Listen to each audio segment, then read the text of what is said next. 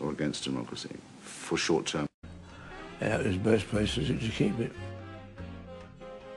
On October the 15th, Kissinger received word that Track 2 coup plotters had made a failed attempt to kidnap General Schneider. In a meeting with the CIA, he expressed his concern that plans for a coup at this time cannot succeed. In his memoirs, Kissinger would later write that he had turned off Track 2 at this meeting. But the very next day, the CIA sent a cable to Chile. It is firm and continuing policy that Allende be overthrown by a coup. It is imperative that these actions be implemented clandestinely and securely so that the United States government and American hand be well hidden. If you're Henry Kissinger, everybody knows what you want. Does he know that they know what he wants? Sure. Does he know what they're going to do or how they're going to do it? Are you kidding? Anybody that would tell him what's going to happen is never going to do a briefing again. Do you really think somebody would take a piece of paper into the White House that say a consequence of this may be a death of somebody? Do you really think so? No. Immediate Santiago. Submachine guns and ammo being sent by regular courier, leaving Washington 0700 hours, 19 October. Due arrive Santiago late evening 20 October or early morning 21 October. Preferred use regular courier to avoid bringing undue attention to operation.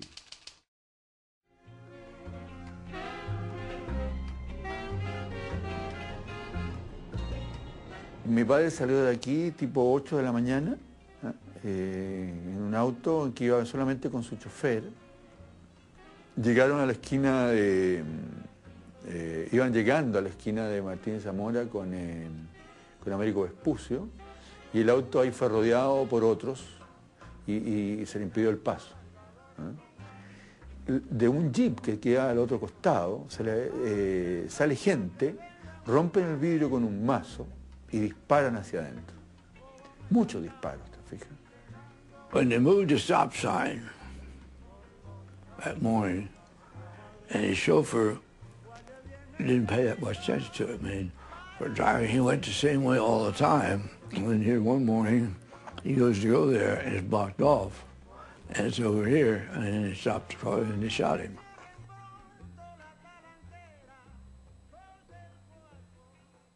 Was it American mischief? You know, that was investigated ad nauseum by an opposition senator, Church. Mm-hmm. And if you read the Church hearings, it's all there. And nobody was indicted. Nobody was charged with illegal acts.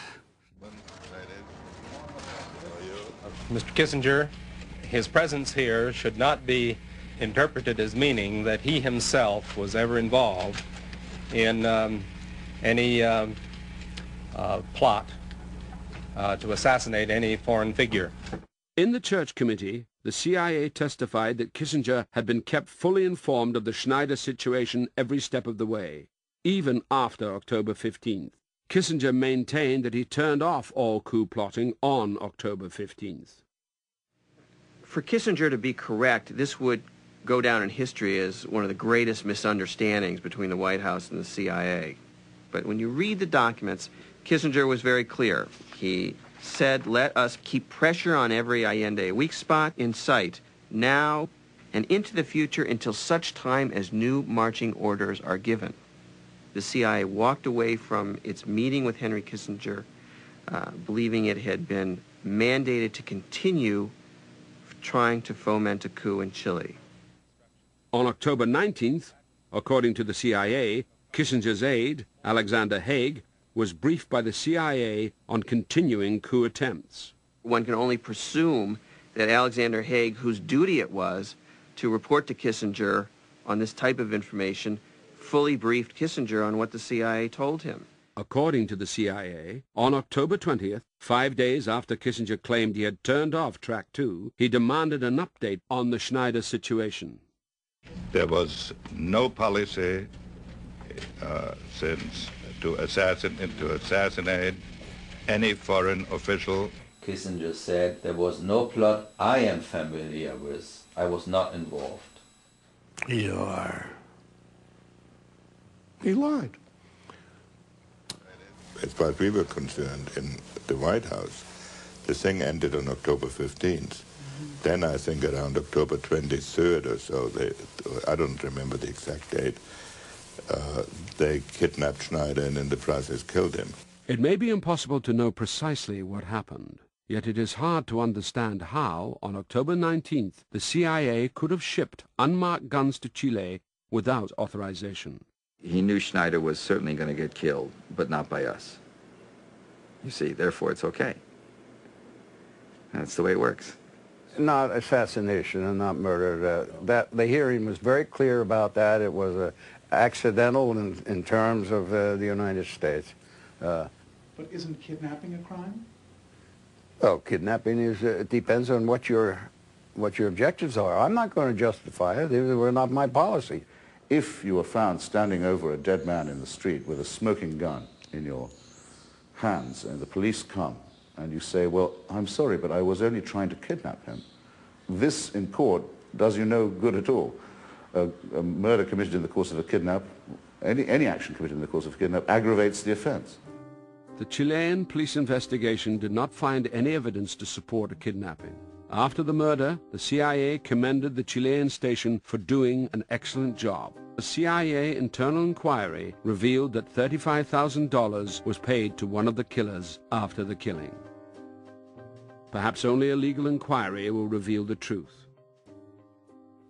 If you could develop a scenario, if you could develop a factual basis to find that Henry Kissinger was complicit, then you could sue him in the courts of the United States. You might face some statute of limitations problems, which you'd have to try to overcome by saying that the duplicity with which Henry Kissinger has dealt with these issues, saying one thing for the official record and another thing in private and hitherto unreleased records, there'd be some ground on which to say that the statute of limitations was told by that kind of concealment.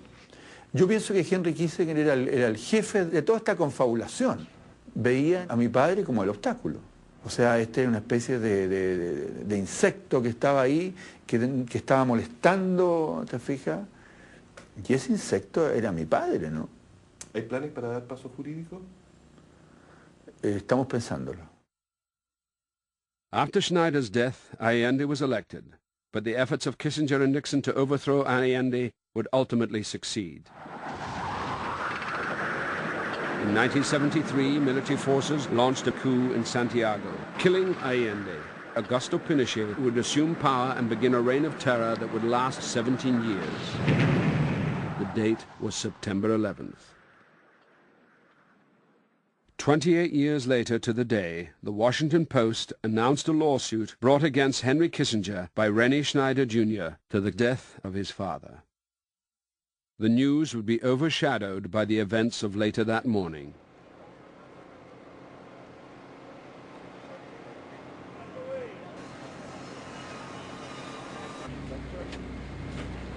I'm sure they would want your observations on what you see here. On the one hand, it's a testimony to what evil can do in the world. But what the mayor and his associates have done here shows the resilience and the power of the human spirit. As the former Secretary of State surveyed the wreckage, the campaign had already begun to see that those responsible for the loss of innocent life be captured and brought to justice.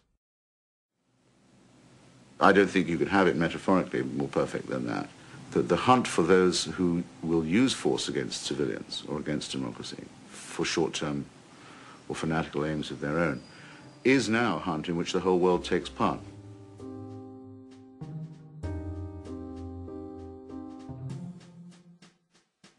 And there can't be any exceptions. Whether or not Kissinger is guilty of crimes against humanity, his case raises issues about the accountability of public figures, the way the past haunts the present, and the movement for universal justice. All revolutions are impossible till they happen. Then they become inevitable. Well, one of the things that's happened is that this movement has acquired an air of inevitability.